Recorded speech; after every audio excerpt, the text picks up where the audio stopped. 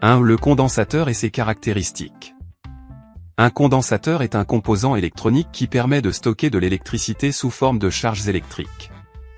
Il est constitué de deux armatures métalliques séparées par un isolant appelé diélectrique. Les armatures sont reliées à deux bornes qui permettent de connecter le condensateur à un circuit électrique. Les caractéristiques d'un condensateur sont sa capacité, sa tension nominale et son énergie. La capacité C d'un condensateur mesure sa capacité à stocker des charges électriques. Elle s'exprime en farad, F, et dépend de la surface des armatures, de la distance qui les sépare et du type de diélectrique utilisé. La tension nominale d'un condensateur indique la tension maximale que le condensateur peut supporter sans être endommagé. Elle s'exprime en volts, V, et doit être respectée lors du choix du condensateur pour un circuit donné. L'énergie E d'un condensateur mesure l'énergie emmagasinée par le condensateur lorsqu'il est chargé.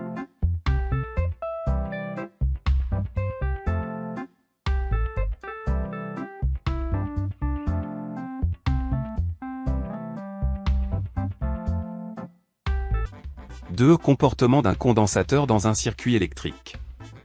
On réalise un circuit qui comporte un condensateur, un générateur de tension continue, un interrupteur, une lampe des appareils de mesure, voltmètre et ampèremètre. Que observez-vous à la fermeture de l'interrupteur K? Observation. À la fermeture de l'interrupteur K, on constate que la lampe s'allume immédiatement et s'éteint très rapidement. Ça dépend de la résistance du circuit. Apparition d'un courant maximal dans le circuit. Le voltmètre indique une augmentation de la tension entre les deux armatures A et B du condensateur alors que l'ampèremètre montre une diminution d'intensité. Enfin, la tension aux bornes du condensateur atteint E, tension aux bornes du générateur, alors que l'intensité s'annule. La tension entre les armatures persiste sur la valeur E. Le passage du courant est dû à un déplacement d'électrons dans le circuit. Dans notre circuit, l'intensité du courant circule en direction de l'armature A depuis le générateur, alors que les électrons circulent en sens inverse, vers l'armature B. Donc au cours de cette charge, les électrons quittent l'armature A et se chargent positivement Q, A, est supérieur à 0 tandis que l'armature B fixe les électrons et se charge négativement, Q, B, est inférieur à 0. À chaque instant, Q, A, égale moins Q, B, ces charges s'expriment en coulombs, C.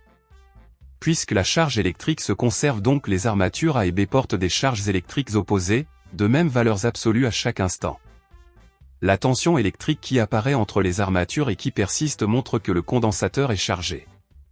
Conclusion.